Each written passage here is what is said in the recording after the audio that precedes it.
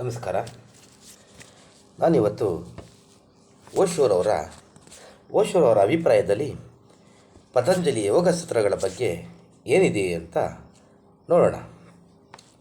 ಪತಂಜಲಿ ಯೋಗ ಸೂತ್ರವನ್ನು ಪೂರ್ತಿಯಾಗಿ ಅರ್ಥ ಮಾಡಿಕೊಂಡಂಥವರು ಸ್ವಾಮೀಜಿಯವರು, ಅಂದರೆ ನಮ್ಮ ಓಶೋ ಅವರು ಸಂಪೂರ್ಣವಾಗಿ ಅರ್ಥ ಮಾಡ್ಕೊಂಡಿರ್ತಾರೆ. ಆ ಪತಂಜಲಿಯ ಯೋಗ ಸೂತ್ರಗಳ ಬಗ್ಗೆ ಓಶೋ 3 ಪುಸ್ತಕಗಳನ್ನು ಬರೀತಾರೆ.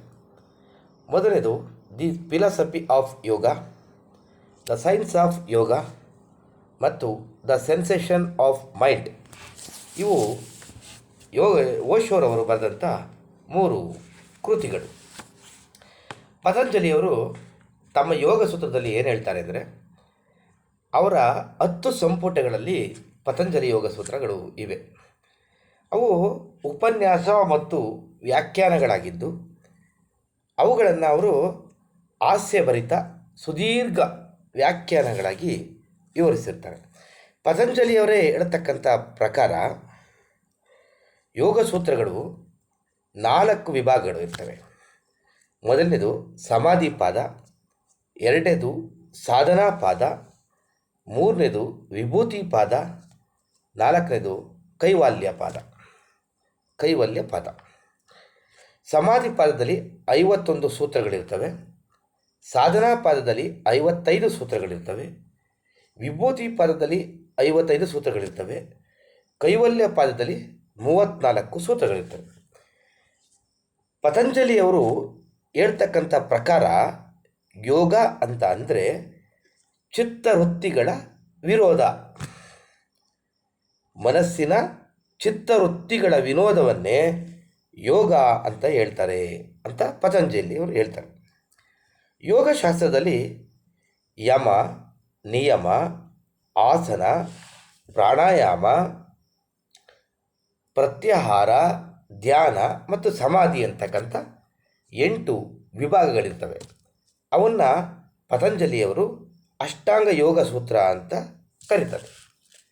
ಇದನ್ನೆಲ್ಲ ಓದಿದಂಥ ಓಶೋರವರು ತಮ್ಮ ಪುಸ್ತಕಗಳಲ್ಲಿ ಪತಂಜಲಿ ಬಗ್ಗೆ ಏನು ಹೇಳ್ತಾರೆ ಅಂತಂದರೆ, ಪತಂಜಲಿಯವರು ಅಪರೂಪದ ವ್ಯಕ್ತಿ.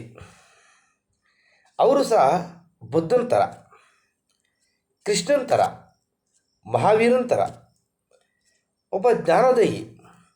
ಆದರೆ ಕೃಷ್ಣ, ಮಹಾವೀರ ಇವರುಗಳು ವೈಜ್ಞಾನಿಕ ಧೋರಣೆಯಿಂದ ನೋಡೋದಿಲ್ಲ. ಅವರೆಲ್ಲರೂ ಧರ್ಮಸ್ಥಾಪಕರು, ಧರ್ಮವನ್ನು ಪ್ರತಿಪಾದನೆ ಮಾಡ್ತಕ್ಕಂಥವ್ರು.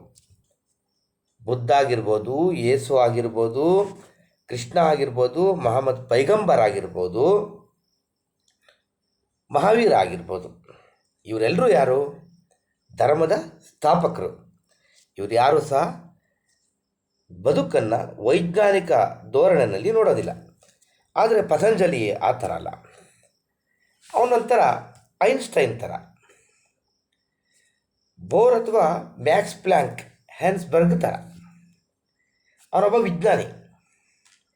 ಈ ದೇಹ ಮತ್ತು ಮನಸ್ಸನ್ನು ಚೆನ್ನಾಗಿ ಅರ್ಥ ಮಾಡ್ಕೊಂಡಿದ್ದಂಥ ಒಬ್ಬ ವಿಜ್ಞಾನಿ ಅವನು. ಪತಂಜಲಿಗೆ ಹೇಳಬೇಕಂದ್ರೆ ಅವನು ಈ ಕಾಲದಲ್ಲಿದ್ದಿದ್ರೆ ಅವನಿಗೂ ಸಹ ನೊಬೆಲ್ ಸಿಗಬೇಕಿತ್ತು. ಐನ್ಸ್ಟೈನ್ ಸಿಕ್ತಲ್ಲ, ಬೋರ್ ಮತ್ತು ಮಾರ್ಕ್ಸ್ ಪ್ಲ್ಯಾಂಕ್ ಸಿಕ್ತಲ್ಲ, ಐನ್ಸ್ಬರ್ಗ್ಗೆ ಸಿಗಲಿಲ್ವಾ? ಇಂಥವ್ರಿಗೂ ಸಿಕ್ಕಿದ ಹಾಗೆ ಅವನಿಗೂ ಸಿಗಬೇಕಾಗಿತ್ತು. ಪತಂಜಲಿ ಕವಿಯಲ್ಲ, ಅವನು ಕೃಷ್ಣ ಒಬ್ಬ ಕವಿ. ಆತ ಕೃಷ್ಣನ ಥರ ನೀತಿಶಾಸ್ತ್ರಜ್ಞ ಅಲ್ಲ. ನೀತಿಶಾಸ್ತ್ರಜ್ಞರು ಹೌದು, ಅದು ನೀತಿಶಾಸ್ತ್ರಜ್ಞ ಅಲ್ಲ. ಮಹಾವೀರನ ಥರ ನೀತಿಶಾಸ್ತ್ರಜ್ಞ ಅಲ್ಲ. ಪತಂಜಲಿ ಮೂಲಭೂತವಾಗಿ ಹೇಳಬೇಕಂದ್ರೆ ಒಬ್ಬ ವಿಜ್ಞಾನಿ. ಪ್ರಾಕೃತಿಕ ನಿಯಮಗಳ ಅನುಸಾರ ಚಿಂತಿಸ್ತಕ್ಕಂಥ ವಿಜ್ಞಾನಿ. ಈ ಪ್ರಕೃತಿಗೆ ಮತ್ತು ಈ ದೇಹ ಮನಸ್ಸುಗಳಿಗೆ ಏನು ಸಂಬಂಧ ಇದೆ? ಈ ಪ್ರಕೃತಿ, ದೇಹ, ಮನಸ್ಸನ್ನು ಯಾವ ರೀತಿ ಜೋಡಿಸ್ಬೋದು, ಹೊಂದಿಸ್ಬೋದು?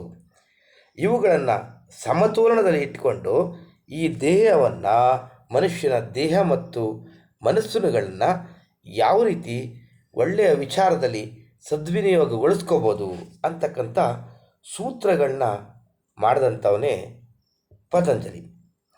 ಆದರೆ ಧರ್ಮಗಳು ಇಂಥವಕ್ಕೆ ನಂಬಿಕೆ ಬೇಕು. ನಂಬಿಕೆ ಅಂತಕ್ಕಂಥದ್ದು ತುಂಬ ಸುಲಭ. ಧರ್ಮಗಳನ್ನ ಓದ್ಬಿಡೋದು, ಧರ್ಮಗಳನ್ನ ತಿಳ್ಕೊಂಬಿಡೋದು, ಉಪನ್ಯಾಸ ಕೇಳಿಬಿಡೋದು, ಅದನ್ನು ನಂಬಿಬಿಡೋದು, ಅದೆಲ್ಲ ತುಂಬ ಸುಲಭ. ನಂಬಿಕೆ ಅಂತಕ್ಕಂಥದ್ದು ತುಂಬ ಸುಲಭ. ಆದರೆ ಪತಂಜಲಿಯ ಯೋಗ ಸೂತ್ರವನ್ನು ಅರ್ಥ ಮಾಡ್ಕೊಳ್ತಕ್ಕಂಥದ್ದು, ಪತಂಜಲಿಯ ಯೋಗ ಸೂತ್ರಗಳನ್ನು ನಮ್ಮ ಜೀವನದಲ್ಲಿ ಅಳವಡಿಸ್ಕೊಳ್ತಕ್ಕಂಥದ್ದು ಅಷ್ಟು ಸುಲಭವಾಗಿರ್ತಕ್ಕಂಥ ವಿಧಾನ ಅಲ್ಲ, ತುಂಬ ಕಷ್ಟಕರವಾಗಿರ್ತಕ್ಕಂಥ ವಿಧಾನ. ಕೆಲವು ಸಲ ಅದು ಸಾಧ್ಯ ಆಗದೇ ಇದ್ದರೂ ಇರಬಹುದು. ಅದು ಓಶೋ ಹೇಳ್ತಕ್ಕಂಥ ಮಾತುಗಳು. ಧರ್ಮಗಳ ವಿಷಯದಲ್ಲಿ ಬೇಕಂದರೆ ನಂಬಿಕೆ ಬೇಕು. ಆದರೆ ಪತಂಜಲಿಯ ಯೋಗ ಸೂತ್ರಗಳ ಪ್ರಕಾರ ಯೋಚನೆ ಮಾಡಿದ್ರೆ, ಪತಂಜಲಿಯ ಯೋಗ ಸೂತ್ರಗಳನ್ನು ನಾವು ಅಳವಡಿಸ್ಕೋಬೇಕಂದ್ರೆ ತುಂಬ ಸಾಧನೆ ಬೇಕು.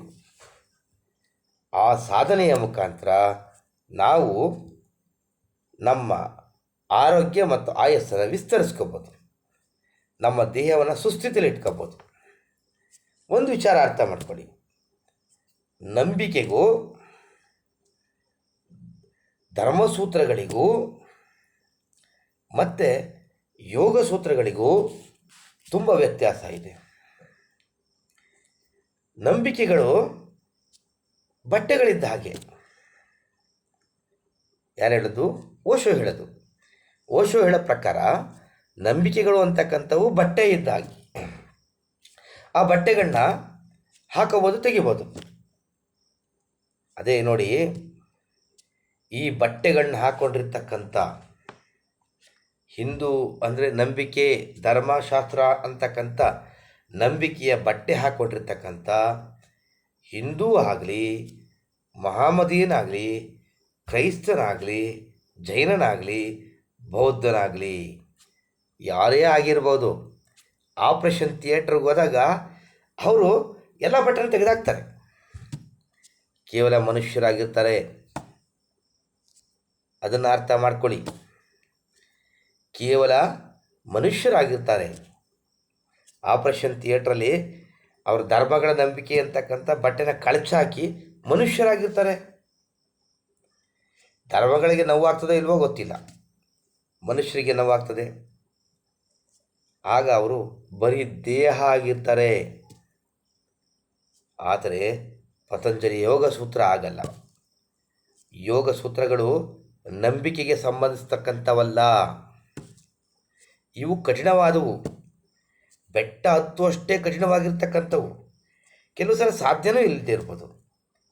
ಸ್ಥಿತಿತ್ವ ಮತ್ತು ಅಸ್ತಿತ್ವದ ಅರಿವಿಗೆ ಸಂಬಂಧಿಸಿದ ಪ್ರಾಯೋಗಿಕ ವಿಧಾನಗಳು ಈ ಯೋಗ ಸೂತ್ರಗಳು. ಯೋಗಾಸನ ಮಾಡ್ತಕ್ಕಂಥದ್ದು ಅಂದರೆ ಸ್ಥಿತಿತ್ವ ಅಂದರೆ ಈಗಿನ ಪ್ರಸ್ತುತ ವಿಚಾರ, ಅಸ್ತಿತ್ವ ಯಾವಾಗಲೂ ಪರ್ಮನೆಂಟ್ ಆಗಿರ್ತಕ್ಕಂಥದ್ದು. ಸ್ಥಿತಿತ್ವ ಅಂದರೆ ಈಗ ಇರ್ತಕ್ಕಂಥದ್ದು, ಅಸ್ತಿತ್ವ ಯಾವಾಗಲೂ ಶಾಶ್ವತವಾಗಿರ್ತಕ್ಕಂಥದ್ದು. ಇವೆರಡನ್ನು ಅರಿವಿಗೆ ತಂದುಕೊಂಡು ಪ್ರಾಯೋಗಿಕವಾಗಿ ಮಾಡ್ತಕ್ಕಂಥ ಸಾಧನೆಯ ವಿಧಾನವೇ ಯೋಗ. ಇಲ್ಲಿ ನಿಮಗೆ ಸತ್ಯ ಕಾಣಿಸೋದಿಲ್ಲ. ನಂಬಿಕೆಯ ಮೂಲಕವಾಗಿ ಅದರ ಅನುಭವ ನಿಮಗೆ ಸಾಕ್ಷಾತ್ಕಾರಕ್ಕೆ ಸಂಬಂಧಿಸಿದ್ದಾಗಿರ್ತದೆ. ನೀವು ಸಂಪೂರ್ಣವಾಗಿ ಯೋಗ ಮಾಡ್ತಕ್ಕಂಥವರು, ಯೋಗ ಸೂತ್ರಗಳನ್ನ ತಮ್ಮ ಜೀವನದಲ್ಲಿ ಅಳವಡಿಸ್ಕೊಳ್ತಕ್ಕಂಥವರು ಸಂಪೂರ್ಣವಾಗಿ ಬದಲಾಗಿ ಹೋಗ್ತಾರೆ. ಕೇವಲ ದೈಹಿಕವಾಗಿ ಮಾತ್ರ ಅಲ್ಲ, ಮಾನಸಿಕವಾಗಿ, ಜೊತೆಗೆ ಅವನ ಮನಸ್ಸು, ಹೃದಯ ಎಲ್ಲ ಬದಲಾವಣೆ ಆಗಿಬಿಡ್ತದೆ. ಯೋಗ ಅಂತಕ್ಕಂಥದ್ದು ಪ್ರತಿದಿನದ ಮೃತ್ಯು ಮತ್ತು ಪ್ರತಿದಿನದ ಹುಟ್ಟಾಗಿರ್ತದೆ. ಯೋಗ ಸೂತ್ರಗಳನ್ನ ಅಳವಡಿಸ್ಕೊಳ್ತಕ್ಕಂಥ ವ್ಯಕ್ತಿ, ಅಳವಡಿಸ್ಕೊಂಡು ಯೋಗ ಸಾಧನೆಯನ್ನು ಮಾಡ್ತಕ್ಕಂಥ ವ್ಯಕ್ತಿ ಪ್ರತಿದಿನ ನವೀಕರಣಗೊಳ್ತಾ ಇರ್ತಾನೆ. ತನ್ನ ಆರೋಗ್ಯ, ದೇಹ ಮತ್ತು ಮನಸ್ಸಿನ ಮುಖಾಂತರ ಅವನು ಆರೋಗ್ಯಗೊಳ್ತಾ ಇರ್ತಾನೆ, ಅವನ ಹೃದಯ ನವೀಕರಣಗೊಳ್ತಾ ಇರ್ತದೆ. ಈ ರೀತಿಯಾಗಿ ಓಶೋ ತಮ್ಮ ಪ್ರವಚನಗಳಲ್ಲಿ, ತಮ್ಮ ಪುಸ್ತಕಗಳಲ್ಲಿ ಬರೆದಿರ್ತಾರೆ. ನಾಳೆ ನಮ್ಮ ಮನಸ್ಸು ಅಂದರೆ ಏನು ಅಂತಕ್ಕಂಥದ್ದನ್ನು ನಾಳೆ ನಮ್ಮ ಚಾನಲ್ನಲ್ಲಿ ಚರ್ಚೆ ಮಾಡೋಣ. ದಯವಿಟ್ಟು ಸಬ್ಸ್ಕ್ರೈಬ್ ಮಾಡ್ಕೊಳ್ಳಿ, ಲೈಕ್ ಮಾಡಿ, ಎಲ್ರಿಗೂ ತಲುಪೋ ಥರ ಶೇರ್ ಮಾಡಿ. ಧನ್ಯವಾದಗಳು.